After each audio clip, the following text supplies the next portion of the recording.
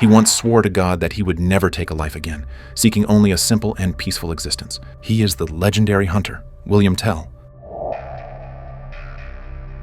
Yet when the iron hoof of tyranny shattered his home and the blood of the innocent stained the land, he was forced to draw his bow of vengeance once more. The story begins 3 days ago, when Schweiz still lay in the shadow of the Austrian Habsburg dynasty. In the distance, the snow-capped mountains stood pure and serene, yet beneath their slopes, the village seethed with unrest. Tell and his son were preparing to leave for a hunt, savoring a moment of ordinary peace. In Tell's armory hung the armor and shield from his days in the Crusades, a memory soaked in blood, too painful to recall. He had long sealed away his violent past. Now he was merely an ordinary father, devoted to protecting his family. But the world below the mountain was far from calm. Hey, Austrians! The wolf shot. The wolf shot, enforcers under Austria's Governor Gessler, were roaming the land extorting heavy taxes and tributes. They stormed into the home of a farmer named Baumgarten, demanding payment and hospitality with brute arrogance. Arrange food for my men and prepare me a bath. The tax collector's greed and pride ignited the fuse of oppression. Meanwhile, up in the mountains, Tell was teaching his son how to shoot arrows. Make it clean, son. We're huntsmen, not saboteurs. That statement was not only an explanation of hunting, but also the guiding principle of his life. Yet suddenly, a torrential downpour began, like the storm of a coming era, urging them down from the mountain.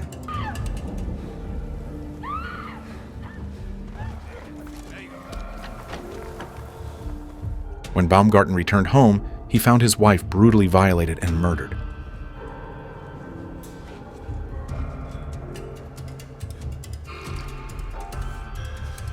Overcome with grief and fury, he ended the taxman's life in the most primal way.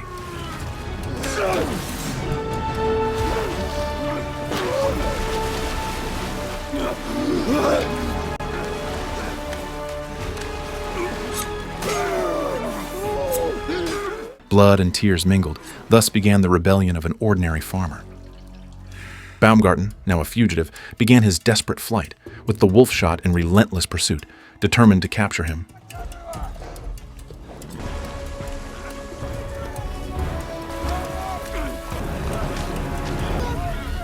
By chance, Tell and his son arrived at a lakeside village seeking shelter from the storm.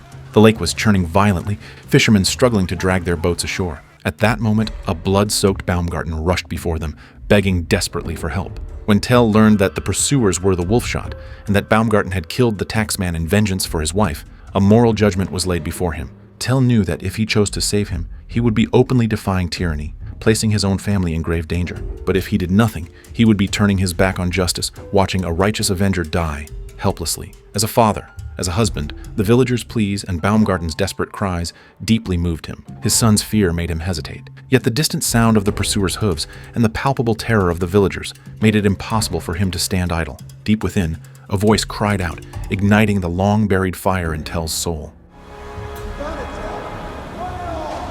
He instructed his son to return home and inform his wife. Then, Tell took Baumgarten aboard a small boat and plunged into the raging storm in towering waves. When the wolf shot arrived, they saw only the boat fading into the distance and innocent villagers left behind. Enraged, they turned their blades upon the entire village. Fire consumed homes, screams echoed through the valley. Tell had successfully escaped with Baumgarten, but as he looked back, all he saw was a sky lit by towering flames. He had saved one man, yet it felt as though he had ignited a fire that would consume them all. At the Austrian castle, the king was enraged over the tax collector's death. In his eyes, it was not merely the loss of a taxman, but a direct challenge to royal authority. Governor Gessler, however, saw an opportunity. He believed he could use this incident as justification to impose military force on Switzerland and seize complete control of the land from within.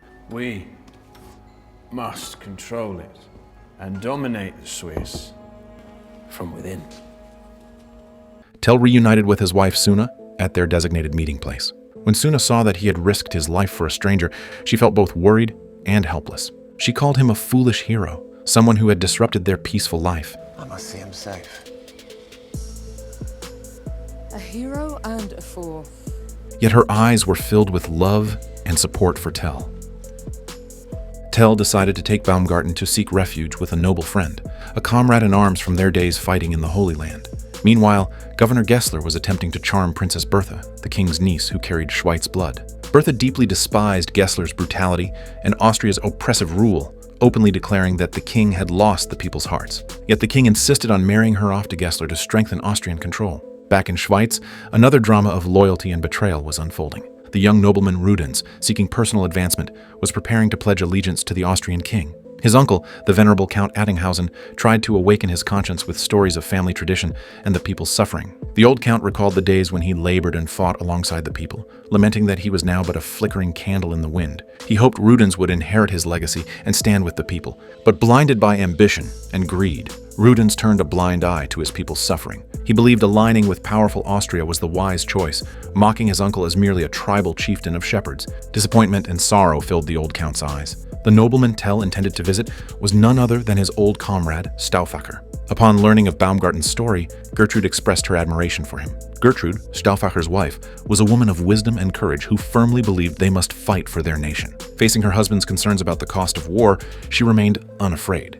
Tell, the veteran who had endured the horrors of the Crusades, told a parable about bees. A bee stings in self-defense, fending off its enemy, but dies in the act. He used this to warn them all. Inciting the people's fury must be done with caution, for the price would be the loss of countless lives. Suddenly, a knock came at the door. Governor Gessler arrived unannounced, accompanied by soldiers. The group was stunned, quickly disguising Baumgarten as a servant.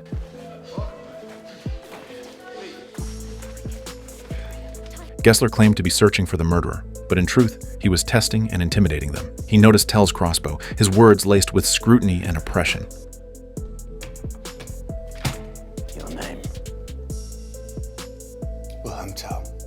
Gessler delivered a speech about how bad apples must be removed, implying he would never let the killer go. Though the search turned up nothing, Gessler knew that as Schweiz's men, they would naturally protect one of their own. This game of cat and mouse filled with lies and tension left the atmosphere at the dinner table unbearably strained.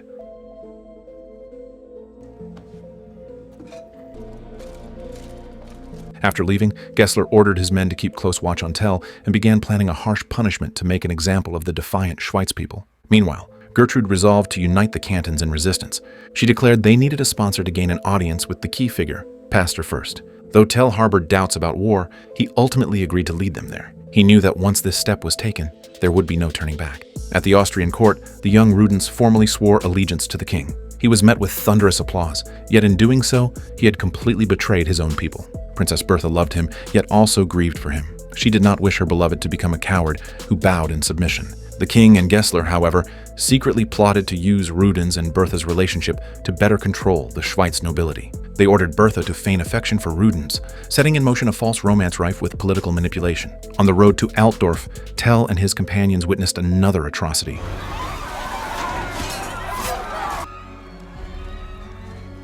Austrian soldiers seized an old man's ox. When the man resisted, he was treated unjustly. The old man's son, Melchthal, fought back bravely, but was overwhelmed by superior numbers.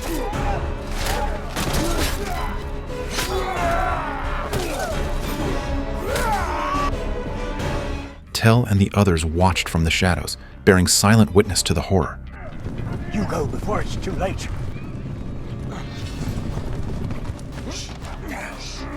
When the soldiers moved to deliver a killing blow to the suffering old man, Tell could endure it no longer.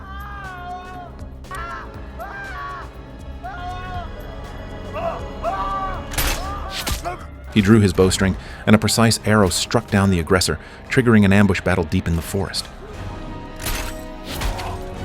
Using their exceptional archery skills and intimate knowledge of the terrain, Tell and his companions wiped out the entire squad of soldiers. Once again, blood stained Tell's hands. Staring at the old man's lifeless body, Tell was haunted by memories of his past. Sensing Stauffacher's growing fervor, Tell warned him that reckless actions could destroy them all. They arrived in Altdorf, a city transformed into a military fortress. Executed bodies even hung from the city walls. Gessler's rule had grown increasingly brutal, and fear gripped the entire town. When Gessler learned of yet another lost detachment, he flew into a rage. He was certain Tell was behind the attacks. Determined to break the spirit of every Schweiz citizen, he resolved to make a public example so terrifying it would force total submission. Tell and his companions finally met Pastor First, the spiritual leader who was secretly relocating the church's wealth to safety. Tell argued they should prevent war from breaking out and not rashly ignite conflict, but first countered that Austria's hold on power was unstable, and they had always relied on violence to maintain control. First now realized the time was ripe. They decided to unite the leaders of the cantons, convening a secret alliance on the Rutli Meadow to plan their resistance. Addinghausen's reputation was key to winning popular support, while Tell's combat prowess was seen as the core strength of the uprising. At that moment, Gessler's scheme began. In the center of the town square, a tall pole was erected, with Gessler's helmet placed atop it. Every passerby was ordered to kneel on one knee in salute. This was more than mere humiliation. It was a trap, a cruel test to identify loyalty and root out rebellion. First and the others set the time and place for the rebellion. Tell remarked that the tide of fate had arrived. Whether they would ride it to victory or drown in it remained to be seen. Tell returned home. His wife, seeing him safe, was overwhelmed with emotion. She knew her husband was no longer in control of his own path. She told him, "Violence is terrible, even when done for justice." Tell, tormented by memories of his past killings, was filled with anguish. But his wife firmly told him, "Our love was born from violence. This time, we face it together." At the hunting grounds, Gessler continued courting Princess Bertha with lewd words and arrogant gestures. Bertha scorned him, warning that such behavior would only cost him the support of the Schweitz people. Meanwhile, Gessler's investigation into Tell continued. He had now confirmed that Tell was the heart of the rebellion. Elsewhere, Bertha revealed the truth to Rudens. The king had ordered her to feign affection, all to manipulate him into fighting for Austria. Realizing he had been made a fool of, Rudens finally awakened to the deception. Bertha urged him to take responsibility and stand with his own people. The storm had arrived. Tell bid farewell to his family. He knew the journey ahead was perilous, but he had no choice. He took his son Walter with him to Altdorf. The wheel of fate had begun to turn faster. Soldiers patrolled the streets. Tension and oppression hung thick in the air. Tell was walking through the marketplace with his son Walter, unaware that a storm was about to engulf them. First saw Walter and expressed his deep concern for Tell's family. Tell's allies were holding a secret meeting, planning their resistance against tyranny. They knew they must act with extreme caution. Any misstep could bring death upon them all. At the square's center, the pole bearing the governor's helmet stood as the epicenter of the coming storm. The soldiers' eyes, sharp as hawks, locked onto young Walter. Walter gazed curiously at the helmet. As Tell tried to pull his son away, soldiers swiftly stepped forward and blocked their path. In the king's name, they accused Tell of violating the kneeling order. Not only that, they demanded young Walter kneel as well, threatening to arrest both father and son if they refused. First sensed the danger immediately and quickly sent men to summon help from the church. Tell's eyes turned icy cold as he shielded his son behind him. To threaten me is one thing, to scare my child is another. Yet the soldiers, emboldened by authority, pressed on. A crowd began to gather, and the tension escalated. Tell's wife pleaded desperately, begging to take her child away. But Sergeant Heinrich openly declared Tell is the king's enemy, a traitor. His accusation ignited Tell's fury like a spark to dry tinder. No! Tell, no! A traitor! Seeing the crowd growing agitated, Stauffacher stepped forward and demanded of the soldiers why they were arbitrarily arresting people. The soldiers' reply was arrogant and unreasonable, his only justification being that they had failed to kneel before the helmet. The people's anger ignited. Spontaneously, they formed a human wall around Tell, shielding him. At this critical moment, hoofbeats rang out. Gessler, Rudens, and Princess Bertha arrived. Heinrich immediately reported Tell's crimes to Gessler, urging him to arrest them swiftly before public outrage escalated. But Gessler saw instead a perfect opportunity to make an example of Tell, a chance to crush resistance through terror. Gessler ordered his men to seize control of the crowd. A meticulously planned public humiliation was about to unfold. Tell offered a compromise. If allowed to leave with his son, he would depart immediately and never break the rule again. Gessler's eyes fixed on the crossbow slung across Tell's back, and a far more sinister plan took shape in his mind. He remarked that he had heard Tell was a master marksman, then asked Tell whether he acknowledged the title. As Tell remained silent, young Walter proudly answered for his father, exactly what Gessler had hoped for. He beckoned Walter to stand beside him, then loudly asked the boy just how skilled Tell's archery truly was. With innocent pride, the child replied, "My father can shoot an apple off a tree from 100 yards away." A cruel smile spread across Gessler's face. Gasps erupted from the surrounding crowd. Unmoved, Gessler added that if Tell missed, his wife Suna would be executed alongside him. Brave Walter showed no fear. He trusted his father completely. I will wear the apple. Bertha tried to reason with Gessler, but was met with cold mockery. She turned to plead with Tell, begging him to kneel for the sake of his family. But Tell's dignity would not allow it. First attempted to halt the atrocity in God's name, even going so far as to kneel himself. Gessler revealed his full brutality, ordering Walter to stand beside a wooden post. Let justice yield to mercy here. Sir, I beg you, in the name of God, don't. He sneered at First's plea, declaring he did not want Tell's life. He wanted his submission and the fear of every Schweitz soul. Rudens tried to stop Gessler, angrily accusing him of overstepping his authority, but was violently seized by guards. Not you!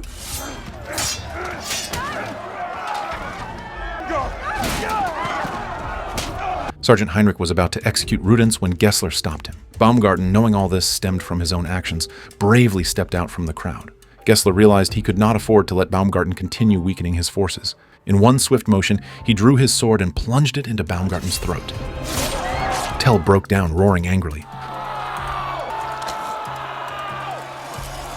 Unwilling to see another life lost, he agreed to Gessler's demand. His heart sank into darkness. With a voice heavy with contempt, he delivered his final condemnation to Gessler. Tell looked at his son in the distance, his heart torn with anguish. Heinrich placed the apple atop Walter's head. Before raising his crossbow, Tell drew 2 arrows. One he loaded into the weapon, the other he tucked into his belt. Suna stared at him with desperate, pleading eyes, silently begging him to abandon the attempt. Time seemed to freeze. Every gaze in the square locked onto Tell.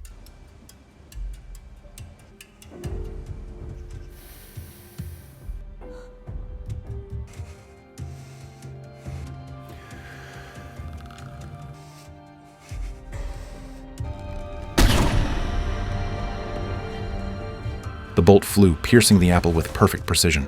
The crowd erupted in thunderous cheers. Even Gessler stood stunned. Enraged and humiliated, Gessler ordered Bertha, who had dared to resist, to be taken away. Just then, he noticed the second arrow, still in Tell's belt, and immediately demanded to know its purpose. Feigning magnanimity, he falsely assured Tell of his safety, coaxing him to speak the truth. Tell looked at him with eyes full of contempt and unyielding resolve. Gessler's face twisted with rage. He instantly broke his promise, shouting orders to arrest Tell. The crowd roared in protest. Chaos erupted.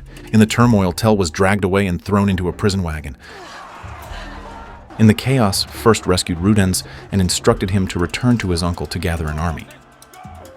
Gessler decided to transport Tell by boat across the lake, hoping to avoid hostile crowds along the road. Inside the wagon, Gessler mocked Tell's foolishness, while Tell returned only a cold, silent stare. Gessler cursed, claiming Tell's defiance would vanish from history, forgotten by the world. Meanwhile, Bertha, whom Gessler had long desired, fought her own battle inside the carriage. Gessler accused her of betraying the king. Bertha shot back sharply, saying he had created a hero. When Gessler attempted to assault her, she resisted fiercely.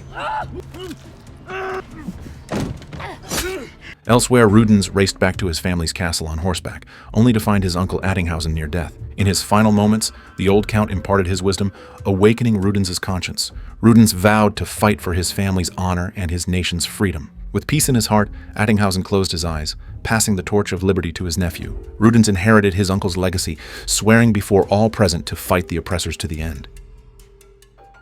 Deep in the valley, people from across Schweiz secretly gathered to form a sacred alliance. They set aside past grievances, uniting for a common cause. At that moment, Rudens arrived. He confessed his past mistakes and was welcomed by the others. Yet when it came to choosing a leader for the united army, disagreement arose once more. At this crucial juncture, Tell's wife Suna stepped forward. With words drawn from her husband's suffering and her love for their homeland, she rekindled the spirit of unity. Moved to tears, the assembly plunged their swords into the earth, swearing an oath of eternal brotherhood. Meanwhile, on the lake, the boat transporting Tell was caught in a violent storm. The soldiers panicked, helpless against the raging waves. Only Tell, with his mastery of the waters, could steer the vessel.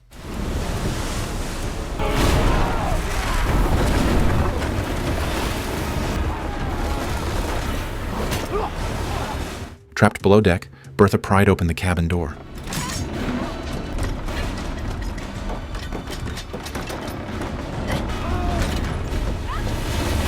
Following Tell's instructions, she retrieved the key from Heinrich.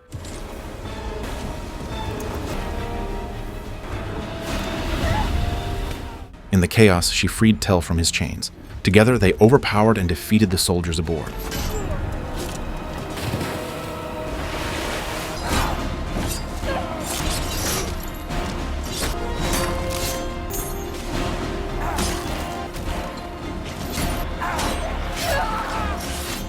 Seeing the boat lodged against rocks, Tell and Bertha leapt ashore, escaping just in time. On land, Tell met allies who had come searching for him, learning from them of Gessler's whereabouts.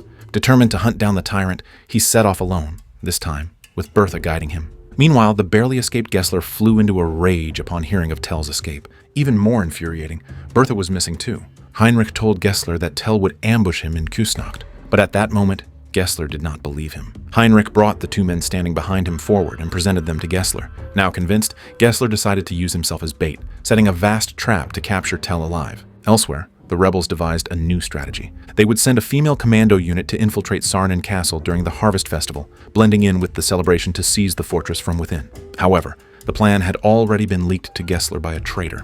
When the female soldiers entered the castle, they were met by archers who had been lying in ambush. A brutal massacre began, and the rebels' first operation suffered a devastating defeat.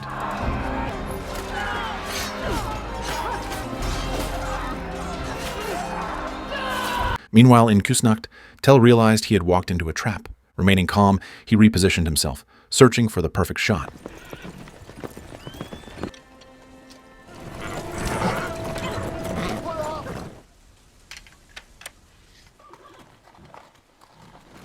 As Gessler's convoy entered the kill zone, Tell fired the first arrow of vengeance. But this shot only struck Gessler's hand.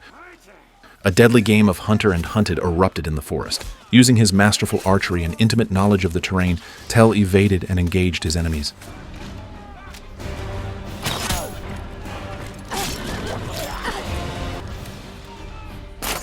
He was wounded in the fight, and the fire of revenge nearly consumed his reason.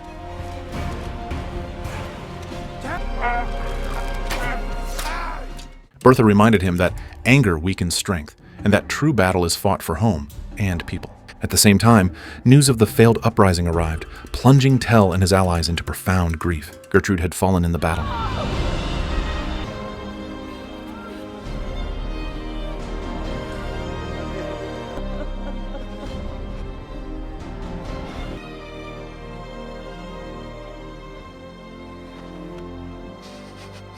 They realized that fighting alone could not bring victory, only unity could carve a path to freedom. Tell delivered an inspiring pre-battle speech. He told them all that in war, there could be no hesitation. Victory belonged to those willing to give their lives for their comrades. In each other's eyes burned the flame of fearless resolve. Under Tell's leadership, the rebels' morale reached its peak.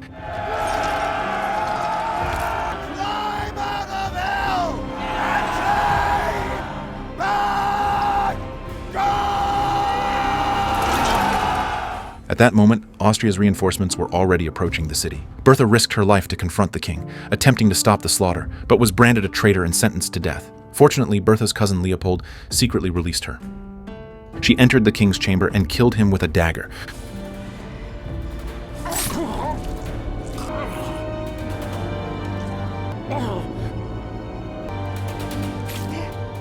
While Tell challenged Gessler at the city gate to draw his attention, several resistance fighters infiltrated the town through a secret tunnel.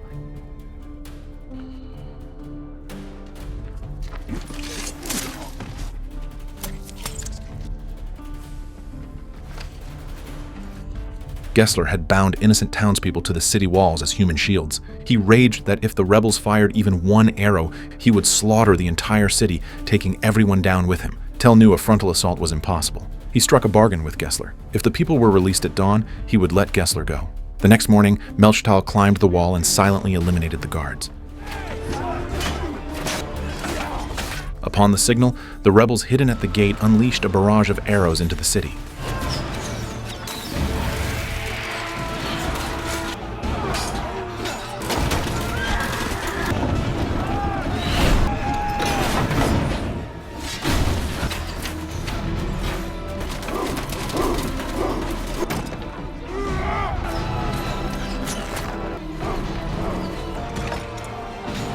Melchthal opened the gates, allowing Tell's army to storm into Altdorf. Fierce street fighting erupted. Both sides fought with savage fury. Blades clashed. Blood and flesh flew.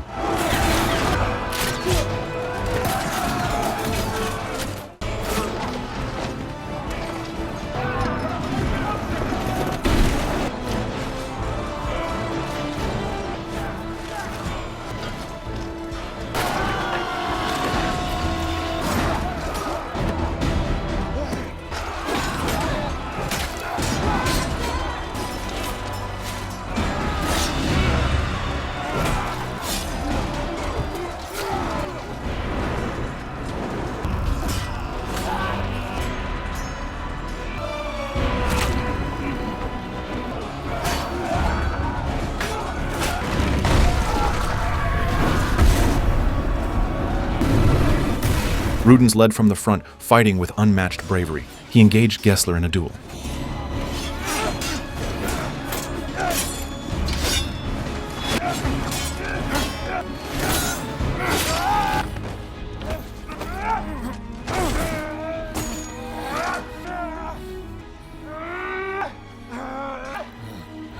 At that moment, Heinrich suddenly appeared and plunged a dagger into Rudens' body.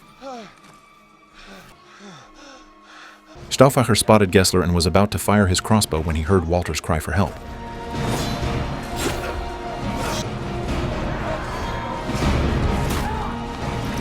With no choice, Stauffacher turned to save Walter.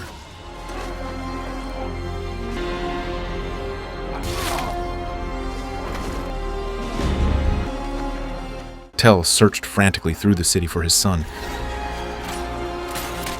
But Gessler seized Walter, threatening to kill him unless Tell dropped his weapon.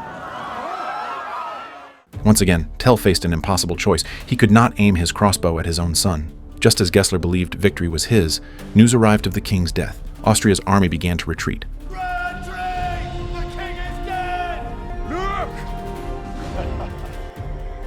army is retreating! Grab your weapons now, do not surrender! Walter pulled out the arrow hidden in his clothes and stabbed it into the other man's thigh, seizing the chance to escape. Cornered and defeated, Gessler continued hurling vicious curses at Tell, trying to provoke him into becoming a monster like himself. When Tell moved to kill Gessler, Walter stepped in front of him. He chose to end it with justice, not anger. Gessler was finally deposed. The people of Schweitz welcomed the dawn of freedom.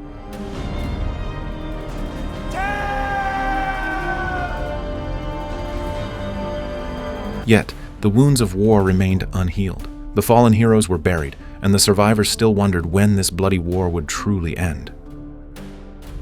More terrifying still, the king's daughter, the ruthless Queen Agnes, returned with the power of the Crusaders. She swore vengeance for her father, vowing to exterminate all rebels and their descendants. Her first target, William Tell. A new storm had arrived. A far more brutal war was about to begin.